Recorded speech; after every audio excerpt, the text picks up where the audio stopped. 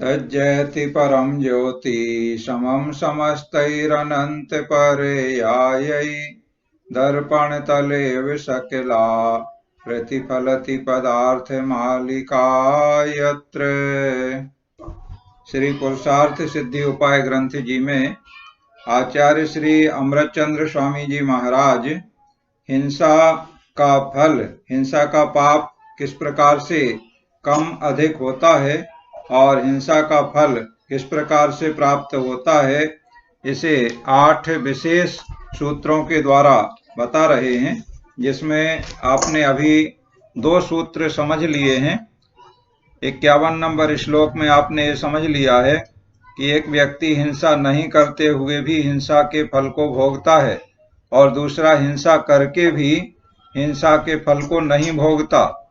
और 52 नंबर में आपने समझ लिया कि एक जीव को थोड़ी हिंसा करने पर उदय काल में बहुत फल देती है और दूसरे जीव की बहुत बड़ी हिंसा भी उदय काल में थोड़ा सा फल देती है। अब इसी प्रकार से तीसरा सूत्र आप आज समझेंगे और चौथा सूत्र आप समझेंगे, जिसमें राग और कषाय परिणामों की अपेक्षा से हिंसा के फल को बताया गया है। किस प्रकार से बताया गया है, दोहराएंगे। श्लोक नंबर 53। एकस्य सैव तीव्रम् दिशति फलं सैव मंदमन्यस्य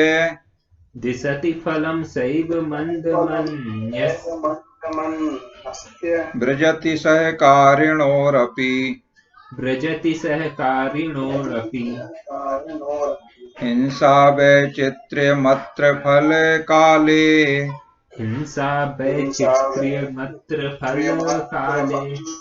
युगपत मिले हिंसा उदय में विविधता मय ही रही। यह किसी को दे तीव्र फल दे किसी को अत्यल्प ही। देखो कितनी बड़ी बात यहाँ पर बताई जा रही है कि युगपत मिले हिंसा उदय में विविधतामय ही रही, यानी एक साथ मिलकर भी बहुत सारे लोग मिलकर के या 2 व्यक्ति मिलकर के एक साथ हिंसा कर रहे हैं। ऐसी सहकारिणोरपि हिंसा, एक साथ मिलकर की हुई हिंसा भी उदय काल में वैचित्र्यम व्रजति, विचित्रता को प्राप्त होती है। जैसे कई लोग मिलकर के अगर एक साथ किसी की हिंसा कर रहे हैं तो उन सबको उस हिंसा का फल मिलना चाहिए, ये सामान्य जन यही बात करेगा। लेकिन यहाँ पर आचार्य महाराज अमृतचंद्र स्वामी जी क्या कह रहे हैं कि एक साथ मिलकर की हुई हिंसा भी उदय काल में विचित्रता को प्राप्त होती है। कैसी विचित्रता होती है कि एकस्य सैव तीव्रम दिशति फलम और अन्यस्य सैव मंदम। एक को तो तीव्र फल मिलता है और दूसरे को कम फल मिलता है, एक को अधिक मिलता है एक को कम मिलता है, जबकि दोनों ने एक साथ मिलकर के हिंसा की है। तो उदय काल में ये अंतर आया। ये अंतर किस प्रकार से आया, ये बात यहाँ पर समझना है। यहाँ पर द्रव्य हिंसा और भाव हिंसा का ध्यान रखना है।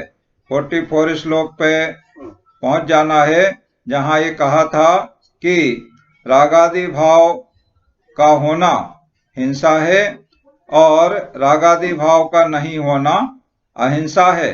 तो वहां भाव हिंसा की अपेक्षा ये लक्षण किया गया था और यथार्थ में भाव हिंसा ही हिंसा है। ये बात भी आपने अतिव्याप्ति और अव्याप्ति दोष में समझ लिया है कि जिनके रागादि नहीं है उनके केवल प्राणी पीड़न मात्र से हिंसा का पाप उनको नहीं होता है।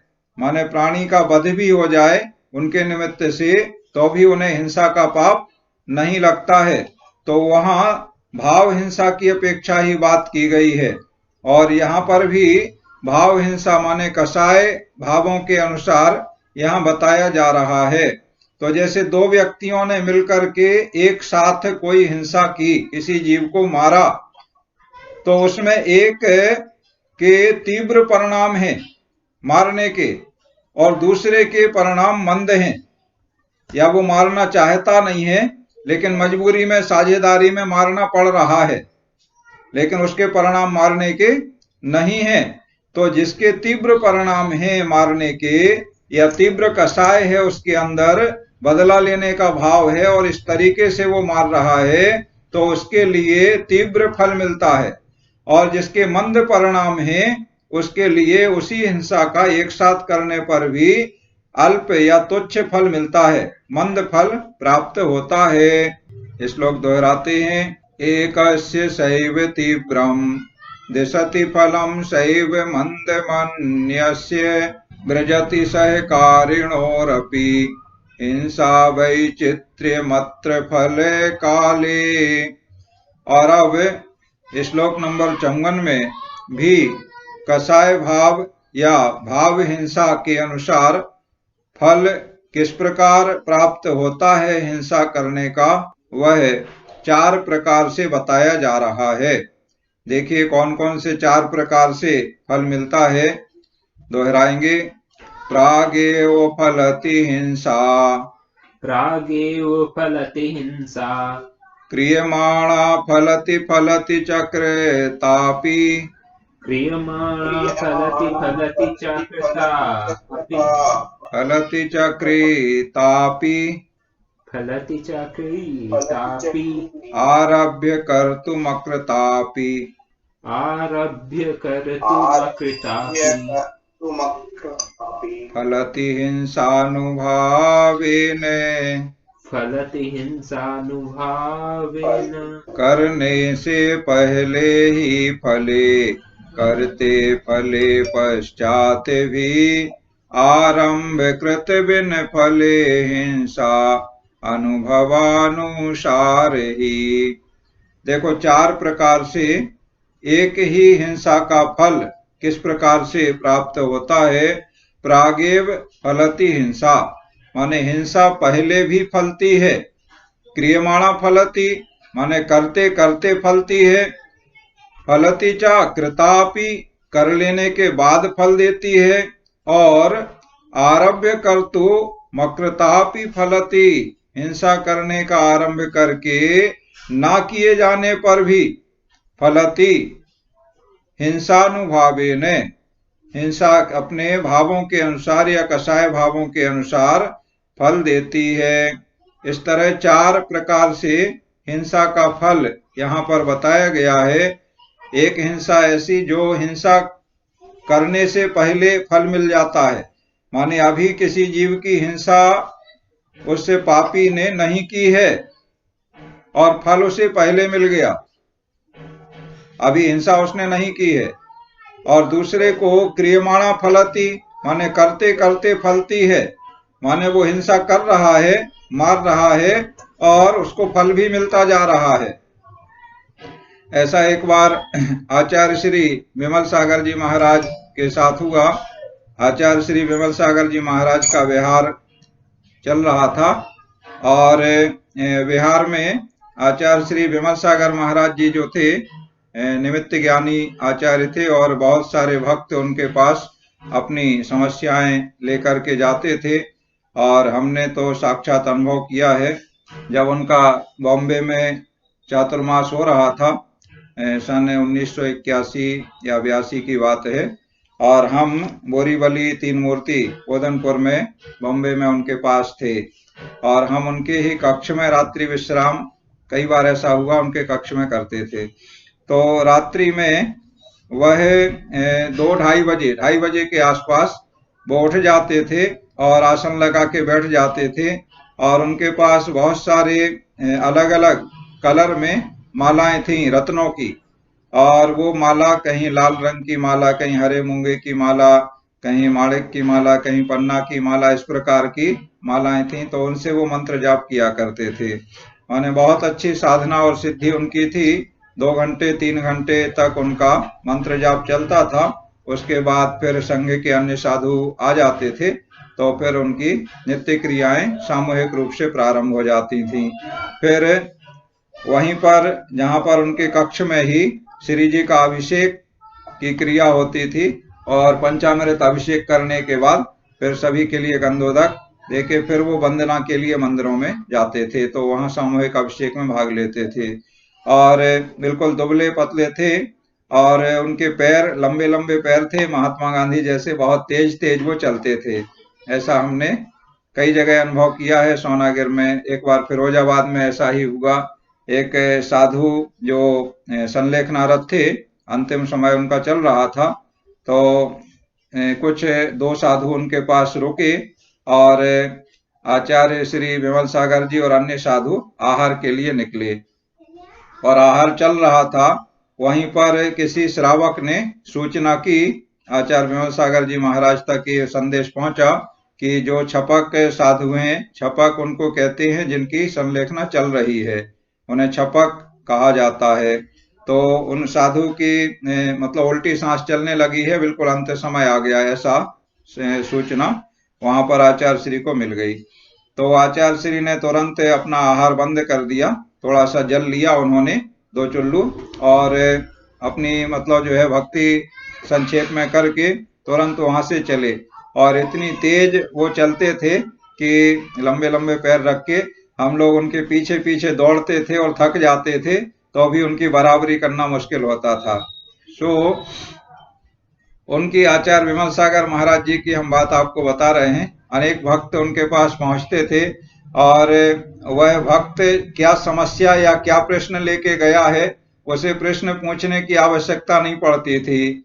हमारे साथ में भी कई बार कई लोग गए और उनका हमने देखा, वो बैठे, उन्होंने आचार्य श्री के सामने अपना श्रीफल चढ़ाया, हाथ जोड़े और कुछ बोलना शुरू करें, उसके पहले ही आचार्य श्री बोलने लगते थे, उसके क्या प्रश्न है उसका समाधान वो बोलने लगते थे। ऐसा हमने खुद अनुभव किया है, देखा है।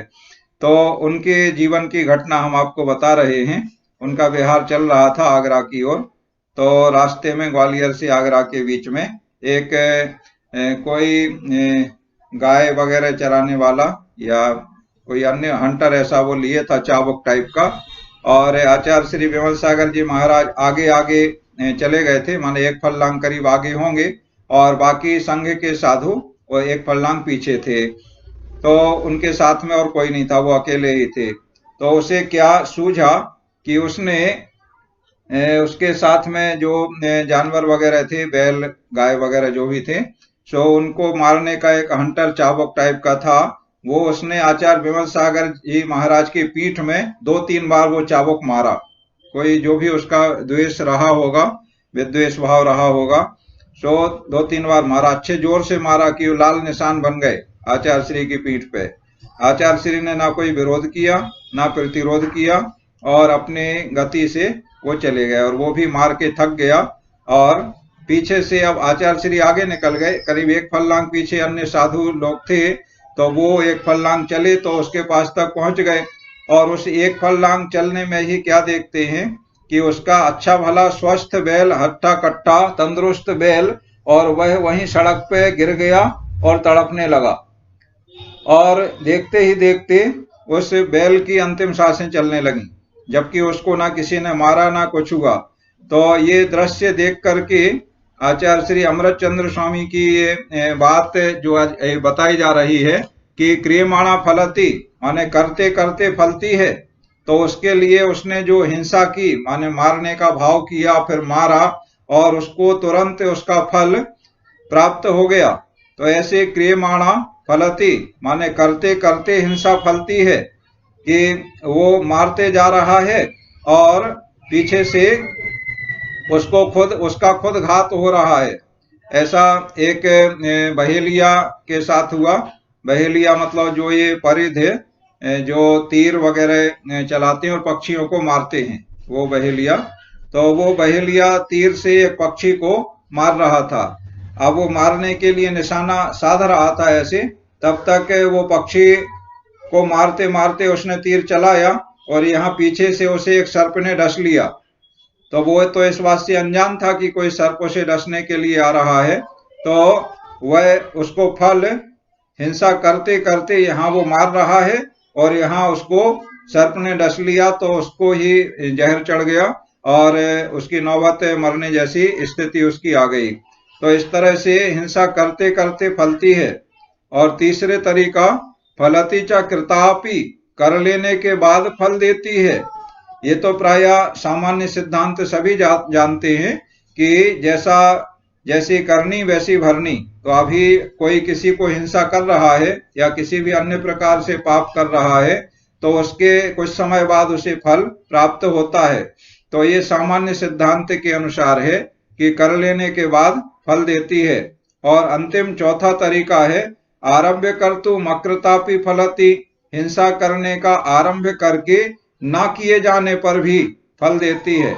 माने हिंसा करने के लिए उपक्रम किया कि हम इसको मारेंगे, ऐसा उसने उपक्रम माने तैयारी कर ली मारने की, और उसके बाद में मारा नहीं है, केवल उसने तैयारी की है, आरंभ किया है, मारने का उपाय तैयारी उसने कर ली और या उद्यम शुरू कर दिया, और उसके बाद उसने मारा नहीं या मार नहीं पाया, तो बिना मारे माने बिना हिंसा किए भी हिंसा का फल प्राप्त होता है। अब इन चारों में आप देखेंगे कि किस प्रकार से फल प्राप्त होता है। तो यहाँ मुख्यतः कषाय भावों की है। कषाय भाव से मतलब वही रागादि परिणाम, कषाय के परिणाम या द्वेष के परिणाम या बदला लेने का भाव, वो सभी विभाव परिणमन है, तो जिनसे भाव हिंसा होती है। तो यहाँ भाव हिंसा के फल की अपेक्षा से बात की गई है।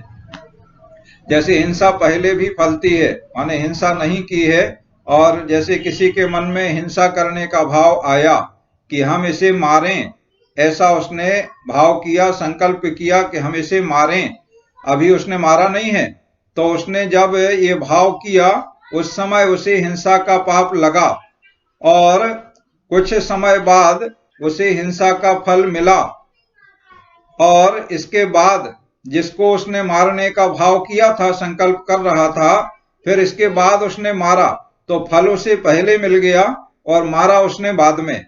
इस तरह से हिंसा पहले भी फलती है, दूसरे करते करते फलती है।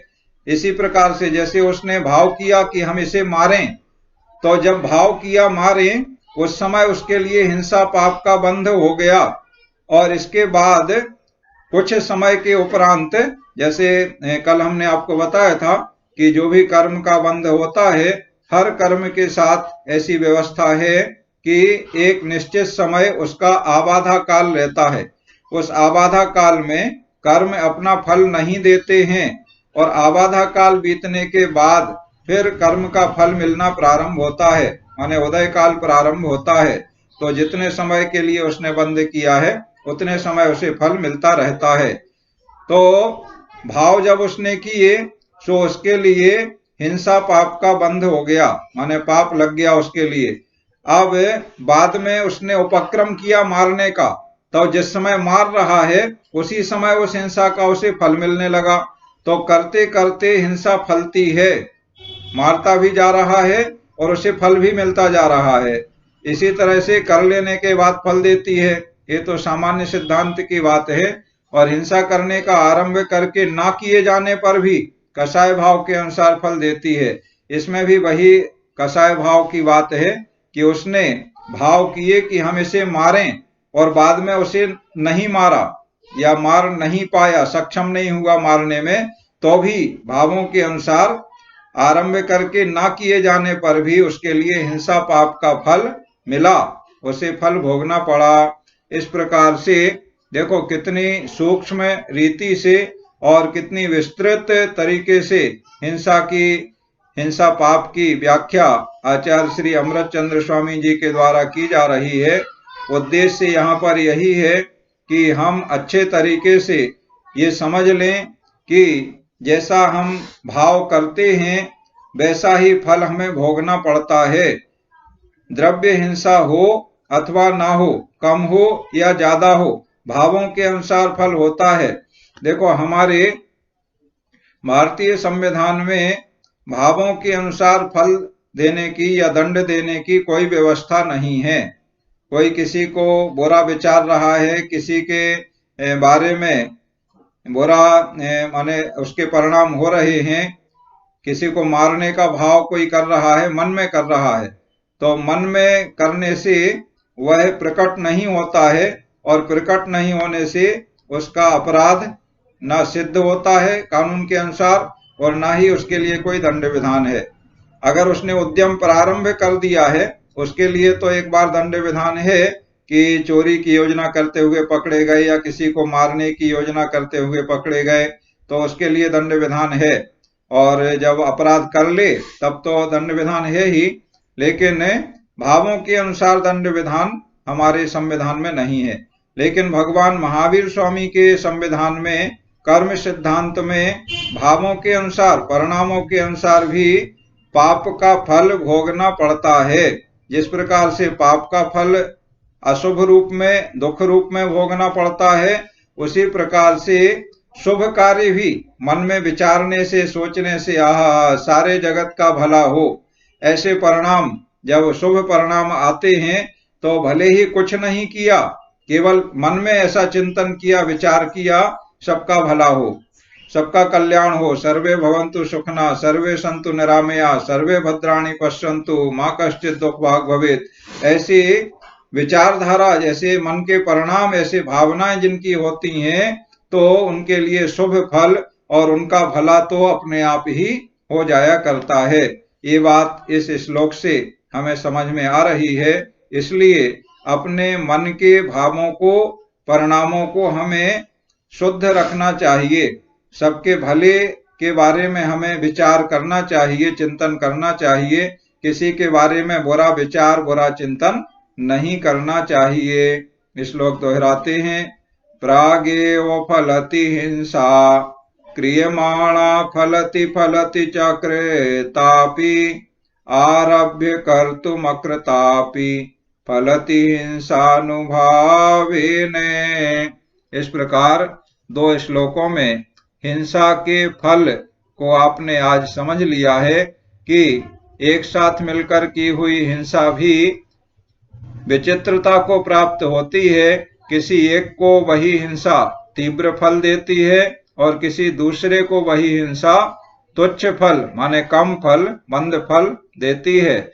और हिंसा का फल 4 प्रकार से कसाय भावों के अनुसार समझ लिया। किसी को हिंसा करने के पहले ही फल दे देती है, किसी को हिंसा करते करते फल देती है, किसी को कर लेने के बाद फल देती है, और किसी अन्य व्यक्ति को हिंसा करने का आरंभ करके हिंसा ना करने पर भी हिंसा का फल मिलता है। इस प्रकार आपने कसाय भावों के अनुसार हिंसा के फल को समझ लिया। आगे और भी महत्वपूर्ण, अत्यंत महत्वपूर्ण इसमें वर्णन आने वाला है कि एक व्यक्ति हिंसा करता है और फल बहुत सारे लोगों को मिलता है, और बहुत सारे लोग हिंसा करते हैं और फल एक व्यक्ति को मिलता है। कितनी विचित्र बात है। इस प्रकार का वर्णन आगे आने वाला है, जिसे हम आने वाली कल की क्लास में लेंगे। आज के लिए यहाँ पर हमारी क्लास पूर्ण होती है। अब आप अपने प्रश्न और जिज्ञासा आदि पूछ लें।